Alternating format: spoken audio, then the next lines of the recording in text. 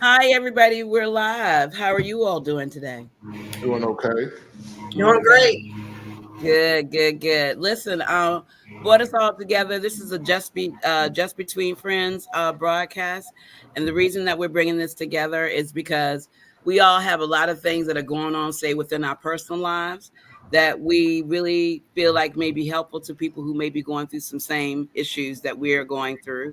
Not just that, we're also going to be touching on certain aspects of popular conversations that's happening on YouTube. We all know who that's about, and we're also going to be talking about just general things in line. So let me start off by introducing our newest member, Miss Lisa Jackson. Miss Lisa Jackson, how are you doing today? I am doing great. I'm doing great. Thank you. Good, good, good. Well, tell us a little bit about yourself. We got to get a little bit of background information on you. Well, my name is Lisa Jackson. I am the president of Lock In Entertainment, INC. I've been knowing Miss Gloria Talley for a few years now. We go way back. Do nothing but just did the music business and on and to bigger and better things now. There you go. There you go. All right, sir. Yes, ma'am. First of all, I'd like to introduce everyone to my partner, my buddy, my bro ham, Mr. Anton Scott Sr. Everybody clap your hands for Anton Scott Sr. Now, Hello, ladies and gentlemen. introduce yourself. Go ahead. You got it. Hi, my name is Anton Scott. I am a co-owner of GT Management. Again, I've been in the music industry more than half my life. Done a lot of security for major artists, local artists, um, a lot of venues, been a lot of places. Just ready to get in this conversation. All right. Okay. So, what's the topic of conversation for today? Lisa, I think you were telling us what you'd like to talk about. Yeah, teen mental health. It seems to be a big thing these days for teenagers going through puberty. Um, It is. it seems like that's when it hits the worst when they're going through puberty. They don't know what to do with themselves. They become angry. They become just in general. You find out that stuff's going on that you didn't even know what's going on until they go through puberty. Mm-hmm. And right now, Mm-hmm. like I said, I have a granddaughter that I had to have committed into the hospital because she threatened to commit suicide. I'm Mm-hmm. sorry. Mm-hmm. Yeah, I'm very sorry to hear that. I truly am. So, what made you realize? Just out of curiosity. I mean, I think we're gonna bring up some not really full background. I want you to have to, put everything out there.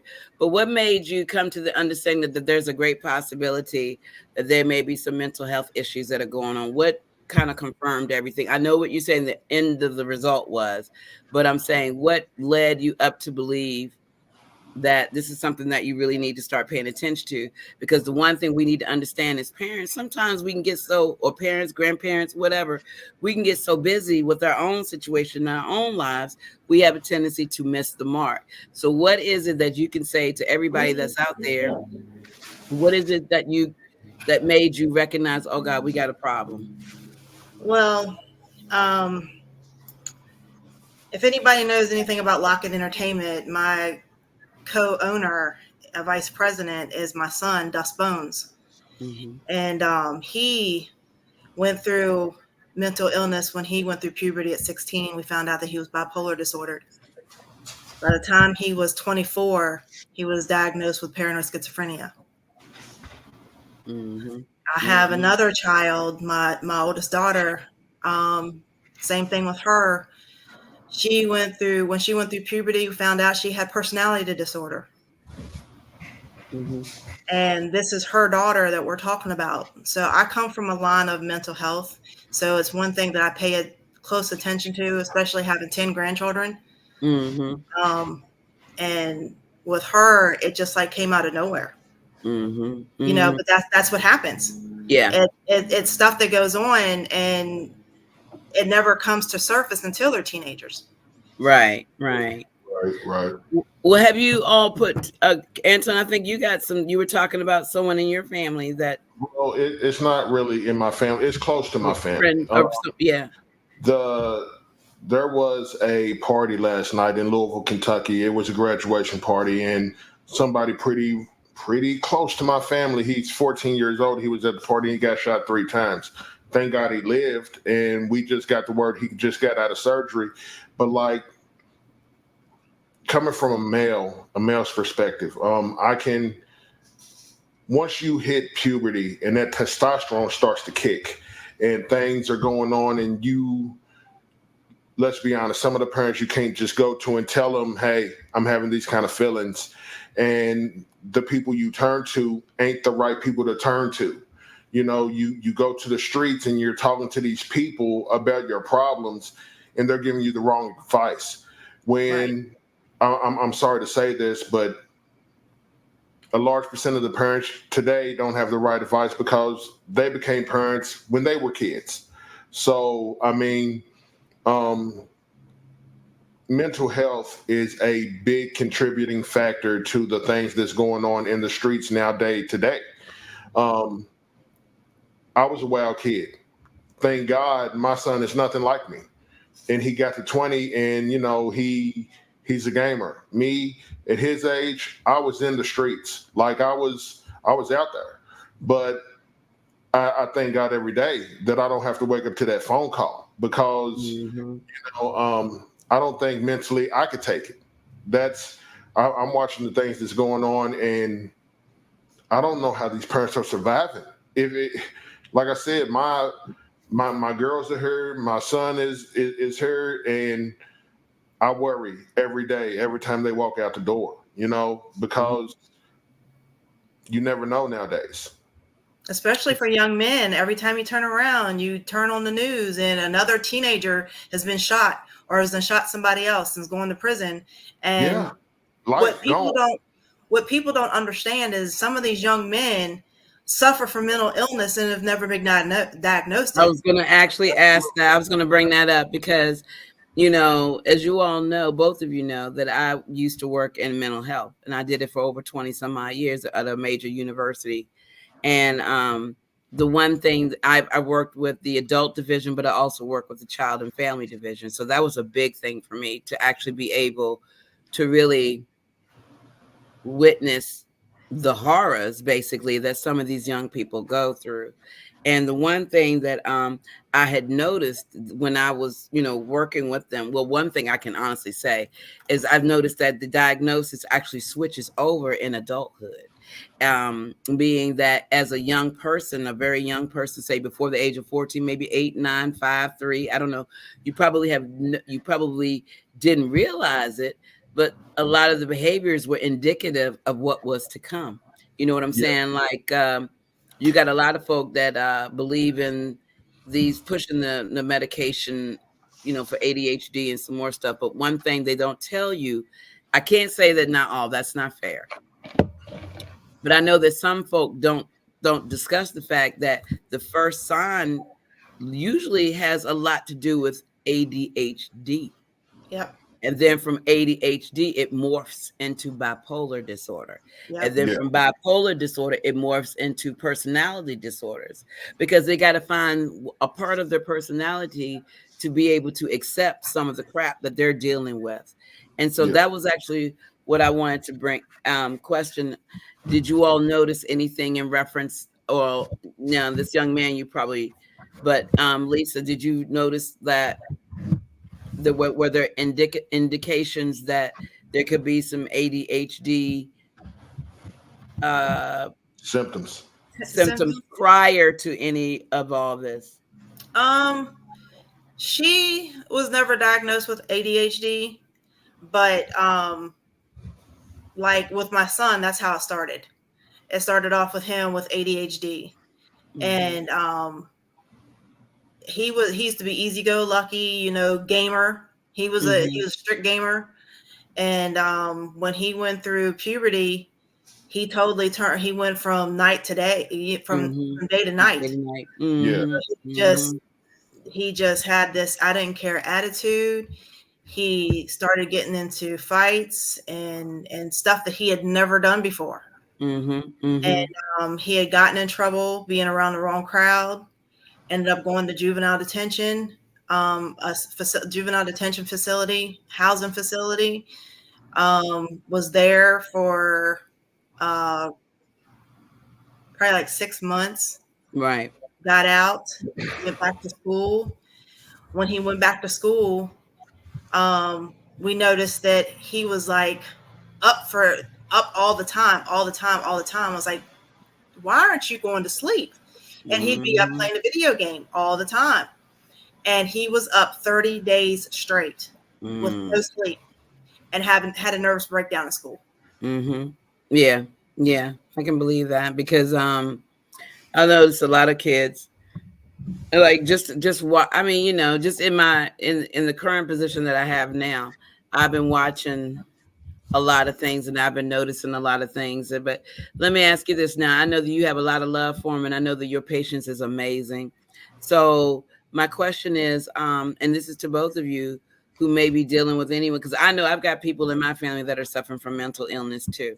Um, but the question that I have is, do you feel like the reason that they're suffering so a lot now, more so, is because, like you said, the parents or maybe someone that's connected to them could possibly have the same issues and they're not even noticing themselves being changing and switching up and not having the patience that parents need to have or grandparents need to have in order to help their children? Have you all noticed that? Or is it The, just me? the parents aren't diligent because they have, like he said, they were children themselves when they had their children. So they don't know, what they're suffering from. And now that their children are getting older, just even as little children, 2, 3 years old, they already show signs of ADHD. Right. It's there. It's there. And Well, and, and that's go ahead, Anton. I'm gonna say this. I'm gonna say it's not only that. The kids nowadays are more exposed to things than we were when we were kids. Okay, Mhm. there's more opportunities for them to get into things that we didn't have privy to until we were a certain age. Mhm. Um, all they got to do is pop a computer open, get a phone, and they can touch anything. Anything, Mhm. True. you Mhm. know. As far as it got for me at that age was a pager. I mean, I really couldn't do too much with that. I mean, call somebody back and the resources. Now, if you catch the mental illness early enough, can be treated. But is it being caught early enough? Or Because is it being treated properly?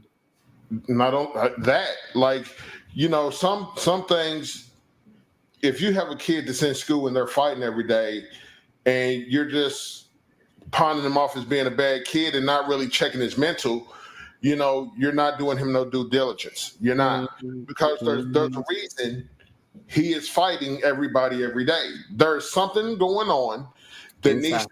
to be like, and nobody talks about that, because what I was taught, from every action there's a reaction. Okay, so whether Mhm. it starts at home with I'm not being able to express myself to my mother and I'm going to school and I'm taking it out on everybody, or my father's beating the dog breaks off of me, and the only way I can get that aggression and anger out is to go to school and beat up Jimmy. I mean, there's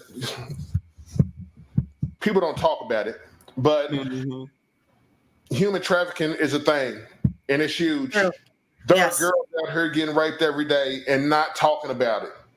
And do you know that I think, and if we're going to keep this in, if we're talking about the mental health piece, we can understand why. We can understand why there's an increase because if you are suffering from mental health, your decision making is completely off the table. You know Off. what I'm saying? So you're going to make, the fact that you can become friends with people that have their own issues, you know what I'm saying? Yeah. You can only imagine cuz see, one thing I have learned in my just even myself. I mean, I don't know if it was mental issues, but I know I had issues. Let me just go there. Um, as a young person, I was happy go lucky, but I was very much to myself, always to myself. But then as I got older, I began to lash out, Yeah. like just out of nowhere, just bam, like a ticking time bomb. You say one word, bam, I'm going for it. I'm going for it. And it was like I just didn't care anymore type attitude, I guess is Right. where I am. You know what I'm saying? But it's crazy because my parents were a lot older than most parents are. My parents were like, where am I right now? I'm not gonna give y'all my age or nothing. My parents were every bit of yeah. I'm still 16, y'all. But anyway, nah, my parents were like almost 30, maybe 30, 35 years older than me, you know? So they Okay. So couldn't even right, I'm listening. yeah. So they didn't know what the world was going on with me at all. They just knew, oh, Glow is crazy. No, Glow's not crazy. Glow is suffering. And you all have no idea. But because I feel like I felt at that time, at that age, I wasn't able to identify, or my parents would not be able to identify with me. Their age was so vast, they couldn't identify. But the one thing I will tell you is that when you have younger parents and younger grandparents, they really, if they've been through it, they can identify it. And they, you know what I'm saying? They can truly identify. But the thing of it is, you got a lot of folk that got so much going on in their lives, they don't see it. So Yeah. what do y'all think about that? Well, I was 30 when I got diagnosed with bipolar disorder and anger outburst disorder. Mm-hmm. Mm-hmm. But like all the way in my teen years, I stayed depressed. I mean, massively depressed. And I used to sleep a lot. It Mm-hmm. wasn't until I was in my 20s and between my early 20s and late 20s that I became violent. Do you And feel that it happened directly, just out of curiosity? Because I know mine dad going sure did. Did you feel like it happened directly after the first child was born? it did, because I had my son when I was 17. Well, I was 18 when I had my son. And right after that, my grandmother died. Both my grandparents died at 18 and 19. And Mm-hmm. then from that point forward, it was just I was a person to be reckoned with. okay. It didn't make a Feel difference. I was that way because you became a mother and you feel like you had to be protective of your son, or you just feel like you had to become that person because of life? Like, was it? You know what? And it's crazy because I don't even think either one of them. It was either On you. one. You know, And it on was you. just. It was Okay. just. I literally was mentally out of control. I Yeah. mean, I mean, I had a very very short fuse, mhm. Okay. The and reason I brought that up about directly after having your first child, because sometimes we don't display that sort of that part of us outwardly prior to but because of, as you all, another thing that we have to deal with, women sometimes they deal with the postpartum. So Yeah. postpartum, I just feel like for me, because when it happened to me, like I said, I was kind of happy go lucky. That's a lie. Because really, my 15 years, from 15 on up to about 19, I was a hellion. I hated everything. Dag on there, everyone. Went off, didn't care. Didn't care about any of those things. So my question that and so, but then when I had my first child, it really went into overdrive. It really showed itself. And it was like, then it became not just family I'm going to attack, it became people in general that I was attacking. I didn't care how the person felt. It was like, it was almost as if it was just a merge that just kicked in.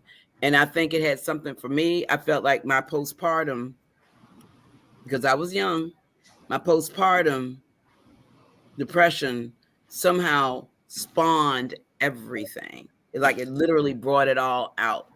Because when you're going through postpartum, as a woman, you really don't. You really go through some serious psychological Yes. stuff. It's crazy.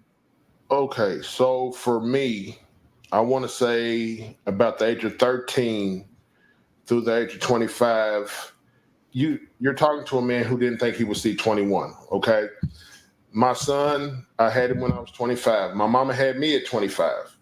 So from the age of 13 to 25, I was in the I don't give a fuck what happened stage. You know what I mean? Like I was when I say I was in the streets, I was doing things I wasn't supposed to do. I was hanging around with the wrong people. I was putting myself in situations I shouldn't have came home from.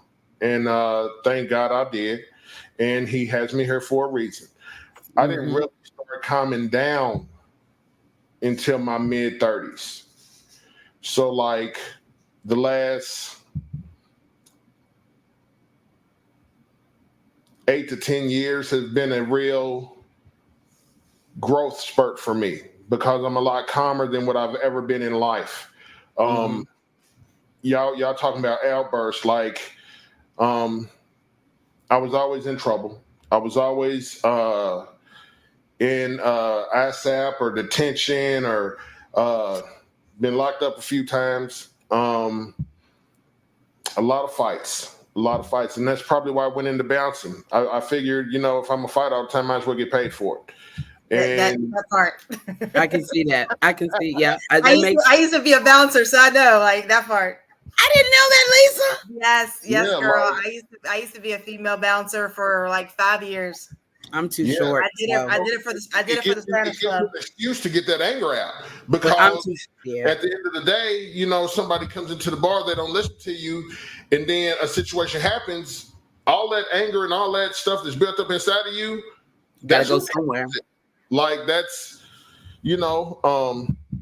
So the doing security part and learning from people, and I've had some good guys in my life that was like, man, you need to get off this road because somebody's going to kill you. You're too big and you're doing too much. Like they're not going to play with you. They're just going to smoke you and call it a day. They're not going to keep fighting you. They're not. And I had to realize that. I think there is a point though in our lives. Y'all tell me if I'm wrong, but there's a point in our lives that we truly do feel like we're invincible. Yeah. Yeah. Meaning, like our mouths, we could really care less what people think, feel. We don't even look at the consequences of what we do. We don't look at the dangers of how we approach situations. You know what I'm saying? But that although that does cover your mental health, it's Yeah. like no fear is not good. It's not good. You have to fear something. And if you have no fear, then just think about it. You'll never ever know how far you can go to have the hands of time and things turn around on you and put you in that spot where you really were hoping that you would never ever get into or never even thought you would get into. You know what I'm saying? So I Right. think that at a certain age, we become mature enough to realize, like, well, wait a minute. Wait a minute. This ain't it. This is not it. I mean, I just, I can only talk about my own issues and what brought me to my revelation about I need to get my, excuse the expression, but I need to get my shit together. And it was like, if I don't, like my mom told me, someone's going to either kill me or I'm going to end up killing somebody else. That was my Right. wake up call. That was my wake up call. And I was like, she is so right. She is so right. Like I could feel the anger. But the question is, what do you think, Lisa? My revelation was when I almost took somebody's life. I was so infuriated. I almost took Mm, somebody's life. I drenched them in gasoline mm, and mm. So you almost were lit dead ass. it. I was it was no joke. Mm-hmm, mm-hmm. Somebody kept on blowing out the lighter. What do you mean, And like as in your lighter? I flicked the lighter and they would blow it out. Okay, gotcha, gotcha, gotcha. And Mm-hmm. they told the person run. And it was and that was like I had to take a grip on life because I was like I almost took somebody else's life. It's funny. it's funny how life carries us in certain directions, and sometimes we are face to face with ourselves. We really are face to face with ourselves. It's like, you know, I get it. I was very I you're talking to somebody that actually pushed a man down the steps, all because he calls me a BITC star. And by him doing that, when he pushed me, this is me at a young age, everybody. This is not me now. I'm making that disclaimer now. But Yeah, what that was happened me at a was, young age. yeah, he pushed me. He pushed me so far. He when he pushed me physically, I turned around and spit in his face. And he slapped me. And when he slapped me, he went tumbling down the steps. It was like you get to a point in your the anger is so real and people don't realize it. It is so real that no one has any idea what's really going through your mind because you're so angry and it's like they're in jeopardy and they don't even know it. They don't even know it. Just like you said, somebody was just messing with you were trying to light flick a thing and someone was, I don't know if they call themselves playing or what, but they were trying to blow it out. Boom, there it is. Mm-hmm. Nobody knows, You know, it's and when you was talking about having no fear, my son has no fear. See, that's He's 38 years old and he has no fear. and that's actually a very And scary place. he's never had any fear. Yeah, and that And can be a scary place. yeah, it is, and it's with him having paranoid schizophrenia also. He he was recently in a car wreck last year that almost took his life. And fortunately, I always tell him God has you here for a reason. And There's a plan. that's what slowed him down because he's in a wheelchair right now and he doesn't have motor skills in his hands and stuff like talking about it and he can't walk. But that's what had to slow him down. Yeah, And yeah. it's mentally slowed him down. Mm-hmm. And, Mm-hmm. and somebody like with bipolar anger outburst disorder and paranoid schizophrenia, you got so much stuff going on in your head, you think you're indestructible. Yeah. And I think too, you don't know what's being said in his head to make him feel that he thinks he's not he will never be destroyed. You know what I'm saying? But God has a way of humbling us. Yep. And I've learned that in life that he truly I remember my moment when, like I said, I was a complete loose cannon and I ended up having to go to court, not for an issue dealing with me being a complete loose cannon, but my poor decision making at the time while I was being a loose cannon, ended me in front of the judge, put me right in front of the judge, and it was like, but the fact that he had he kind of, it was almost as if he read the true me, like he saw the real me inside of all the chaos, he saw the real me. And he gave me an opportunity, but I never been more scared and more humbled in all my life. I was like terrified. I'm going to jail. I'm going to jail. I'm going to jail. And almost did. Was charged and everything. Had to go do the fingerprints and everything. It was when I was getting ready to do my fingerprints. Everything was done. Everything was changed. Everything was changed. And I knew right there I had to get my stuff together. With my mom saying what she said, that incident. I mean, I was out of control. I know I was out of control. I tried, but I was really, but you know what? Let me ask you this. So I know that you all said something about they talking to their friends and people such as that. These friends that they chose, because I know I was one of them that chose some interesting friends. Were these friends telling them not to do this, to kind of chill out, to get it together, to like do better? I mean, what did the friends do, or were they the ones who somewhat encouraged their behaviors?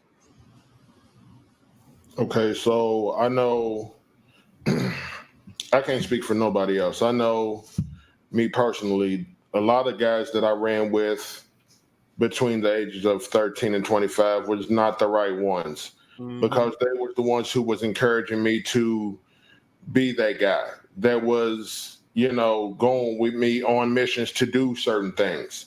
So no, I don't think, like I said, bad decision making, bad mental health. Like you end up aligning yourself with people that's on the same shit you're on. Like the same thing you're getting into, that's who you end up aligning with. Hmm. So no, they're not telling you, oh man, let's not do this. They're yeah, let's go do this. Let's get so and so and so and so, and then we'll go and I'll do it together. Like, Yeah. Hmm. not a let's sit down and think about the consequences. Nobody thinks about the consequences. And there's always consequences. Nobody. And I think that's the way we're at right now. Like these kids, there are no consequences. Everybody's just out doing things and oh well, I'll never get caught. Like you said, they think they're indestructible until they get touched. Or until they catch that 20-year bid, or somebody there's been things happening in Louisville, Kentucky. People done been kidnapped. Um, like it's wild. It's worse than the Wild Wild West. It's worse than Sodom and Gomorrah. Like it's the days and times we live in right now. Excuse my French, but it's fucked up.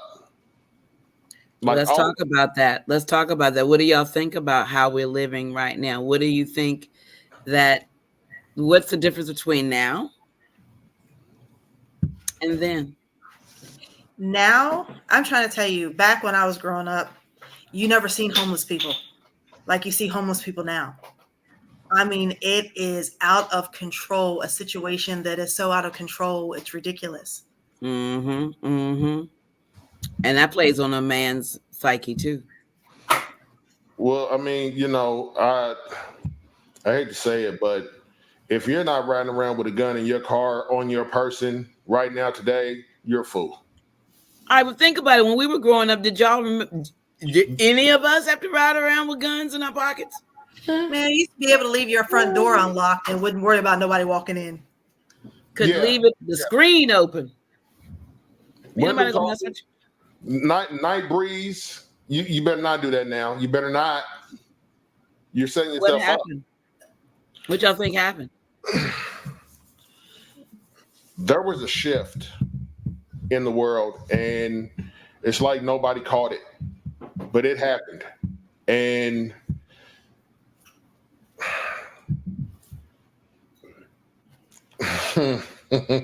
from everything we see on TV to the things we listen to in music to everything, like you can watch a basketball game and they're getting in fights. A basketball game, like when in the 90s, 80s, and 70s, yeah, there were fights, but it wasn't every week. It wasn't that serious. Yeah. Yeah. No. Like these dudes are really fucking fighting. Like, But what happened? What I guess is what I'm at. Like, what do y'all think happened? Like, where did that shift come from? Like, yeah, we all had little fights, fighting with the fists. That's what we did. We fought with the hands. yeah, Now they're not even fighting with the hands. Cancel the hands. Let's get down with the ammunition. You know That what I'm shift saying? that shift happened in the 90s. What do you think it came from? Do you think that it came from people emulating other people that are maybe well known? I will say this. As far as what she said, as far as the 90s, I grew up on drug dealing music. Right now, today is drug using music. True. There, True. the music now is all about being a hoe or killing Glorifying. something. They're glorifying it. Yeah, it's drill rap or hoe rap. That's the only two things I hear coming out. Like nobody has a message. Everything is popping perks, um, getting high, and fucking. That's it. That's it. That's real. That's true. So true. So the new shift has begun. I guess that's what I'm trying to do. Now that we can see that, now you see we've just now taken a whole new shift. Yeah. I You know what mean, I'm saying? The atmosphere has changed again. I grew up on Public Enemy. I grew up on KRS-One. I mean, even all the way down to Tupac, even though he was a thug, he had a message. He From Brother always had a message. to, Dear Mom and stuff. Yes, yes. Tupac had his beefs and things, but he tried before certain aspects happened to really get a message out. But then, like, people kept painting him a thug, so he went on with that, and that got him killed. Like, It did. you gotta understand that song he put out hit him up. Y'all know how many weeks after that song came out he was dead? Like, the things he said about the people he said it about, and one of the people he talked about in that song is just now getting repercussions. Like right now, today, like, you talking about the person that's in the news, big time in the news? Yeah, everywhere. P. Diddy, let's talk about his mental health, because you're on video grabbing a woman by the scruff of her neck, slamming her to the ground, and kicking her in her face. Like, what? And then first, he said it never happened.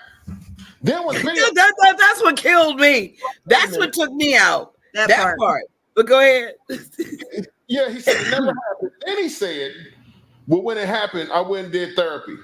Oh, okay. Well, I'm going to say this, and I don't care how nobody feels about it. That was a piss poor apology. That part. Like, I mean, he literally attacked that girl. Like, for real. Like, you might as well not say nothing. Yeah, I did it, so what? He really, like, that'd have been better. I thought that was the craziest. When I saw it, I literally just stared at it like, and then I backed it up, looked at it again, and I just kept letting it repeat itself. I even got up, went to the bathroom, still heard him talking, came on back. He was still saying the same thing over and over and over, because, it was like a 2-minute, 3-minute apology. But, everybody was like, well, why didn't he bring up Cassie? Why didn't he bring up her name? And I know that there's legal ramifications from that, but you still could have said her. You could have said, you already know who I'm talking to. I apologize to you.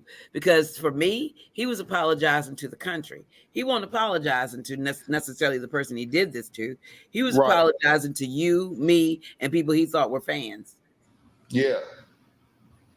He didn't assault us. And there's a lot of things going on that people have not talked about, or even, that hasn't even came out. Like, now you're in trouble. Now you want to give up names of people who done things, and you done gave up everybody's everybody's music. You done gave it back to them, but then you're saying you broke because you done put your money in other people's names, and man, there's a lot of things going on. A snitch. Yeah. Come to find out, he might have been a snitch the whole doggone time, allegedly. Well, let's talk about the woman he shot in the face that he said Shine did it. She's been saying this, but nobody wanted to hear her then. But now that she's saying it, they're like, okay, she might be valid. If you watch somebody pull out a gun and pull the trigger and you see the bullet and it hits you in your face, but then you survive and they tell you who did it, but you lock somebody else up for 10 years? So what you think really, so let me ask y'all this. Allegedly, and we're gonna this whole conversation is going to be alleged. I just want to put that out there. Matter of fact, let me do this. Bam. Alleged. For promotional use only. Just to put the disclaimer out, letting y'all know what's up. But anyway,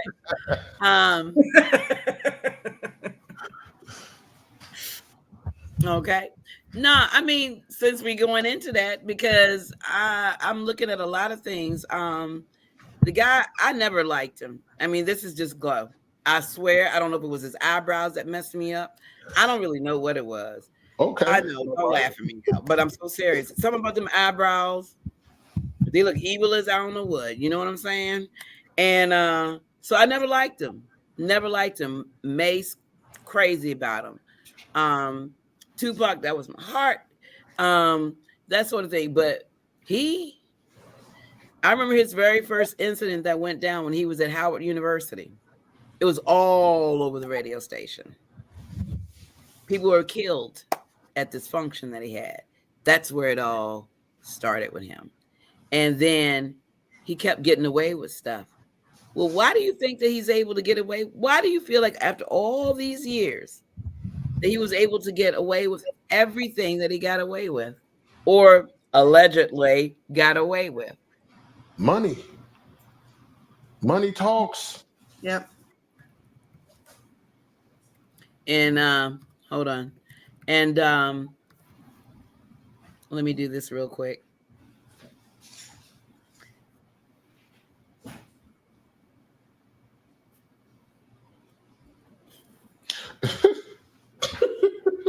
Okay, so let's talk about it. All So right, now. money talks. Okay, we all know that. Okay, and you're claiming to be the king of New York, and you're in some of these back rooms with major politicians, major lawyers, major judges, and things like that, and you throw these parties and things happen. You've been to Epstein Island and you party with Trump and all kind of other people. And to say that you have tapes or something, blackmail is real. Like you put somebody in a compromising position and you have evidence, you get away with things. Mm-hmm. There's Mm-hmm. no way you faced all that you faced and you walk away from everything. Everything that's wild. Like, does anybody know when the last time he was in contact with his family? No, I don't. No, no, I don't. Does anybody know where Quincy is? Uh, I know two of his sons were caught by TMZ yesterday, and they asked him how Diddy was doing. One said he's okay. The other one didn't say anything. He just kept walking. Which one was that? Can't remember the name. I'll look it up. Was It's it on. Quincy? It's on. Matter of fact, Was it Quincy? I'll tell you right here in a second.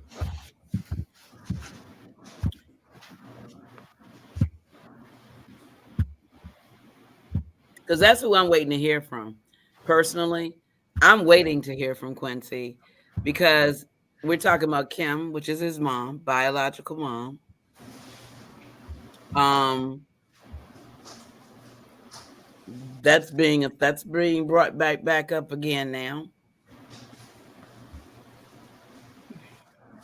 His dad, what happened to his dad, all of that, especially after his dad allegedly said something in reference to Kim's death and how he truly felt about it, and then decided to do a tell-all book, and then magically ended up in a coma.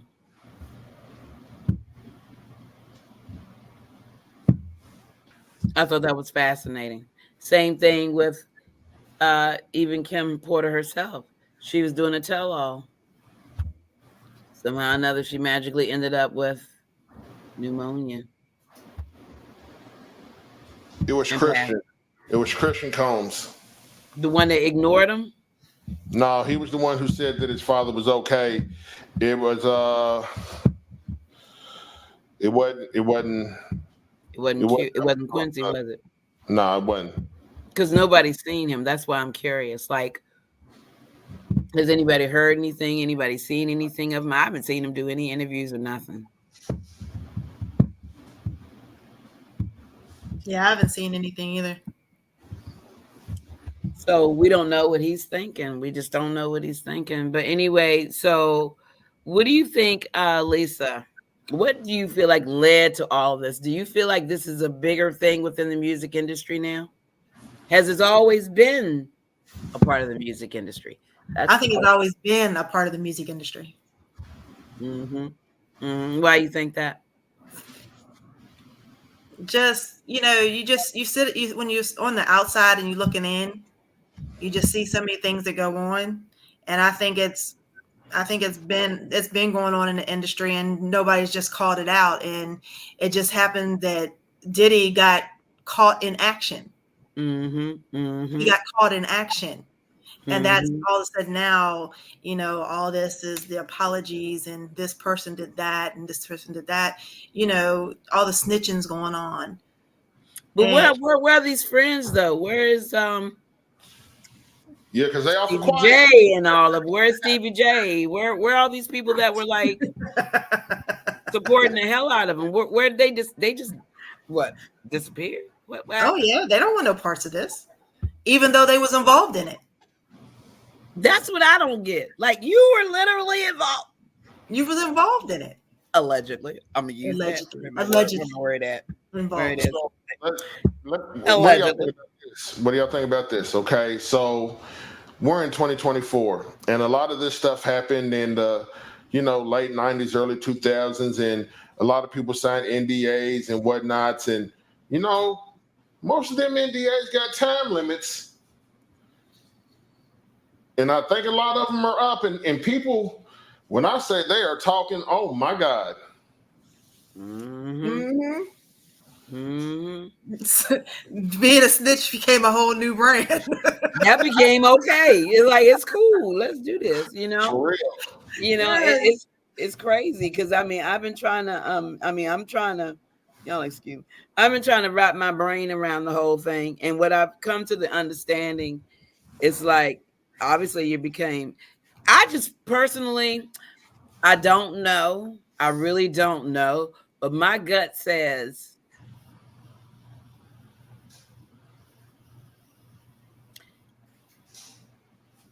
he saw this coming a long, long, long time ago. And I think because I'm hearing that, and I don't know how true it is, so I'm gonna make sure everybody knows. I don't know if it's true or not, but I'm understanding that he had pretty much set his mom up and his son up, and nothing was really in his name like that before all this had gone down. You talking about before he gave the Masters back? Yeah, yeah, I heard that too. Now, I could be wrong. Allegedly. Yeah. Hold on. Y'all hold Allegedly. on. Bam! There you go. Okay. So at the end of the day, it's like, but then what was your relationship with your mom like? Because according to what we're hearing, it was interesting. And a lot of these things, honestly, you all will need to go online and check it out because we're not going to be the ones to divulge the information like that. Because again, we don't know whether it's for real or not. But at the end of the day, it all makes a lot of sense as to why people came up with that. But I just needed to know where did everybody disappear to that was all on his side. Like, why isn't the royal folks speaking up? Why isn't some of these actors that dealt with him, why aren't they speaking up? Why aren't some of his besties that were around him at all times, why aren't they speaking up on his behalf? Okay, so am I the only one who's seen him read off the names from the first and second list? Oh, I saw that. I saw that. I ain't want to And say you nothing yet. don't like, okay, since we're talking about it, all of these people's names that he brought up and the people you're talking about that had his back and said he never did anything, Jaguar Wright came out and she has said a lot of things. If the things she said wasn't true or had some kind of truth to it, why She would have hasn't been anybody sued, tried to right? stop her? Because she ain't got no money. There is a cease and desist. It doesn't I mean, there's ways of stopping somebody from talking. I mean, there are ways, but in There's her ways. case, legally speaking, they can't do nothing to her because she ain't got no money. Allegedly, there it is. Yeah, allegedly. So if you don't have the finances to be sued, what's the purpose of suing you? That part. Okay. I mean, her job right now is to try to become relevant again. And that's what she's working on right now. So now she's going on these different. She's doing I call it a podcast tour, Yeah. and so and she's trying to be relevant again. And I'm sitting there going to the point now that she's even saying that she had the same problem that the other ladies had. Really? Jeez. Make it make sense. Why didn't you say something about that back when it was happening? You're the strong woman that you claim you are. You the GOAT. Why didn't you speak up for these women then? You good about throwing stuff out there now. Where were you then? If you She was claim you were such great friends with these same women that got abused, what happened? Allegedly. collecting money back then. Ah. She was collecting money back then, Back to and that's the money. whole. It's all about the money. She was collecting money back then, and now that she don't collect no money, well, let me go ahead and tell my story so I can get paid. Yeah. So now she wants to be a victim. Yeah. She's literally considering herself a victim, just like them. And I'm like, okay. So now that you said that, right? You said now that she's not getting money, she feels like she's a victim. allegedly. Allegedly. What if she was a victim? And because of, like she said, she took the money and everything, but now she's speaking on it. And her, let's be honest, her mental has been questionable. So my take, Lisa, you got probably got your own theory and thoughts, but my take is this. I wouldn't want nothing to do with anybody that I feel like has done something like that to me. True. Okay. So why are you trying so hard to be a part of the situation? And it's like, why do you want them to say so many? Why are you even saying that they're trying to hurt you? I'm not saying that they are. I'm not saying that they aren't. But why are you doing that? Like, really, we can tell this isn't about the victims. Right. It's really about her. That's So, that. so do you feel like she can't be a victim after taking the money? How can you call yourself a victim and you talk mad trash about folk to the point that you know they're being victimized, but yet you're helping to victimize them? That part. Okay.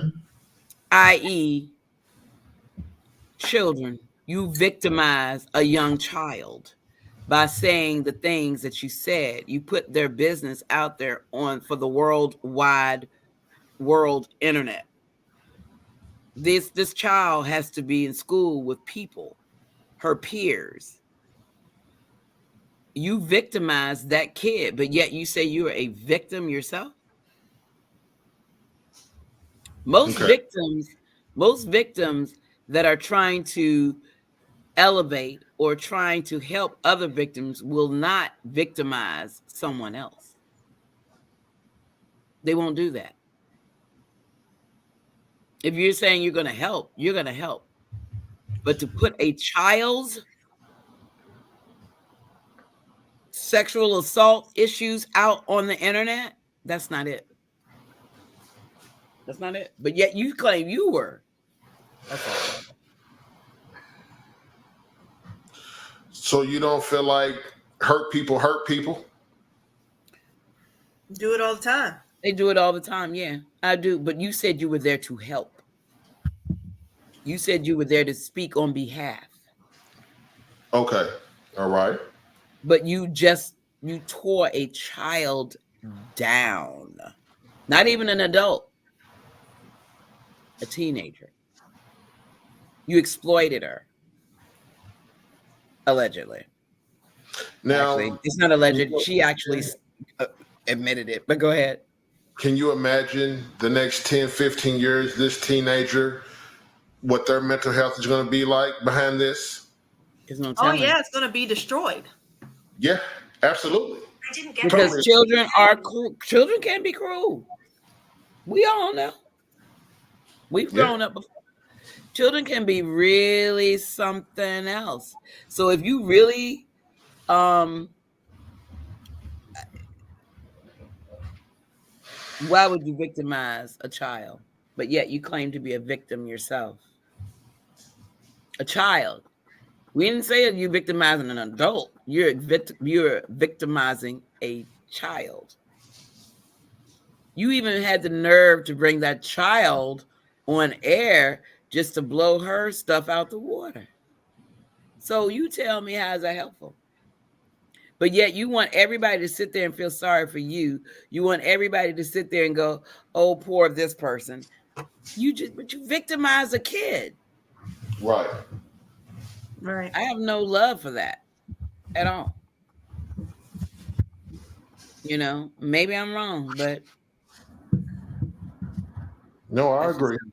you Yeah, know I what I'm agree. saying. That's just the way I feel. But we actually working up on that 1 hour, everybody. Um, we usually only do this for a whole hour, but I mean, I think this conversation could possibly go on for life, and it ain't even over yet. So because we're gonna get into some real serious stuff referencing this person that we're talking about that we have yet to make name. If you all notice that we never mentioned the name of that person, Yeah, we did. we didn't say his name, Yeah, did we? I did. Oh, my bad. So with that said, what we need so what we need to do is we need to I would love to come back and really get into full detail about it with a lot of information to be played throughout the broadcast, so we can have our receipts ready for what we are discussing in reference to that. And I would also like to bring on someone that could potentially give us a little bit more information on that.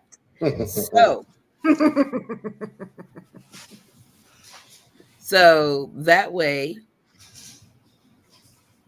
people get it. But anyway, with that said, do you all have any last words that you all want to, some kind of advice or anything that you want to get? Because one of the things I do want to say is that we did talk about the young people and them going through mental health issues and stuff. What can we say? Like we always got to find a way to give some kind of positive light on the subjects that we talk about. Lisa, because we started with you, give me your, I would love to, what would you like to say to people that are young people that are going through it? Young people that are going through any kind of mental health issues, whatever it is, speak to your parents, speak to your grandparents. If you don't feel comfortable speaking to your parents, your grandparents, speak to a best friend. Let somebody know what you're going through. Don't go through it alone. What about you, Anton? Um, I would say this: being a black man in the black community and growing up, it was always a stigmata that going to therapy is not a good thing, and we're not supposed to do that. Go get the help. People can help you. No, not all therapists are good. You might have to go to three or four of them, but there are good ones out there, and they can help you. You don't have to be stuck in your situation. Um, like Lisa said, if you don't feel comfortable talking to your mom or dad, let's let's get let's make it normal talking to somebody that can actually help you, not lead you down a bad road. everybody has red flags. You know when they're giving you wrong information. Everybody does. And if you can't decipher that, you know, any information that'll get you locked up or killed is not the right information. Okay. So let's do better. Yeah. I think as parents, grandparents, unks, whatever we are to these young people, we gotta try to see if we can get this better situated a little better for them. It's got to be highly confusing. They got Yeah. enough to worry about, and it's crazy. You know how when we were growing up, our parents used to say, "Oh man, you too young. You too young to be worrying about stuff like that." Yeah. They didn't realize it. Oh, but I'm today's parents, and I'm saying you're not too young. You know what I'm Right. saying? That's my Hmm. message. My Yeah. message is you are really not too young to be worrying, to be stressing. School is stressful enough, and we understand that part. But we know that we're not talking about necessarily the lessons that you learn. We're talking about the people that you meet. School Absolutely. can be treacherous. Right. Um, but I do want to say, and I want to put this up, that if you all know someone that you feel is suffering from mental health disorders, or perhaps doing things that you feel are kind of questionable, and you're finding that they're being quiet, they're keeping to themselves, they're staying in their room, they're not going out and doing things that they would normally do, they're not on the phone talking to their friends, they're just mute. We really, really have to give them the ability. Listen, there are people you can trust, and there's only three numbers now. There used to be a whole lot of numbers. Now there's only three numbers to anyone that is suffering from mental health issues. And if you're thinking about suicide or harming someone else, we do ask before you do, please just dial 988. You can dial 988. You can call 988. You won't know them, they won't know you, but they are obligated to listen and then direct you into the path that you need to go. Do not, you know what I'm saying? Do not use this show to diagnose yourselves or anything of that nature. This show really is just giving our opinions. We don't want anybody to do anything without consulting their physician or a mental health facility worker or someone in a mental health that can potentially help you. Um, so again, that number is 988, and it is 24/7, 24 hours a day, 7 days a week. So whether you are a child, just because we talked about kids tonight, doesn't mean that adults don't have issues with sadness and depression. So we would say that's to anyone that is suffering from mental health. 988. Call, text, talk to somebody. If it's not us, if it's not your family, your parents, your family, or your best friend, choose somebody. But just be careful of the people you choose to have in your life. Um, Absolutely. okay, Lisa, you want to give your social sites? You can find me on Facebook, Aries Jackson. And you can find me on Instagram, Aries Jackson. Okay, Anton. Um, you can find me on all social medias, Facebook, Instagram, Anton Scott Senior. Um, at Facebook, Instagram, you'll see my big face. Just click it, and I'll add. Okay. All right.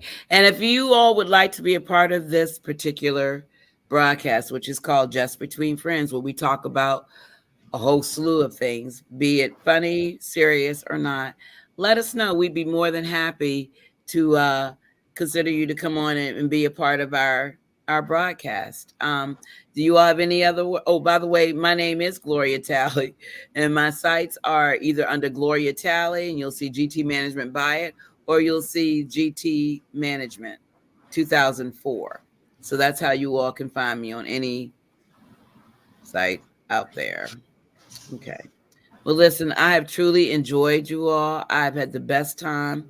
Um, I guess that's it. We're signing off. Be easy. Bye, all.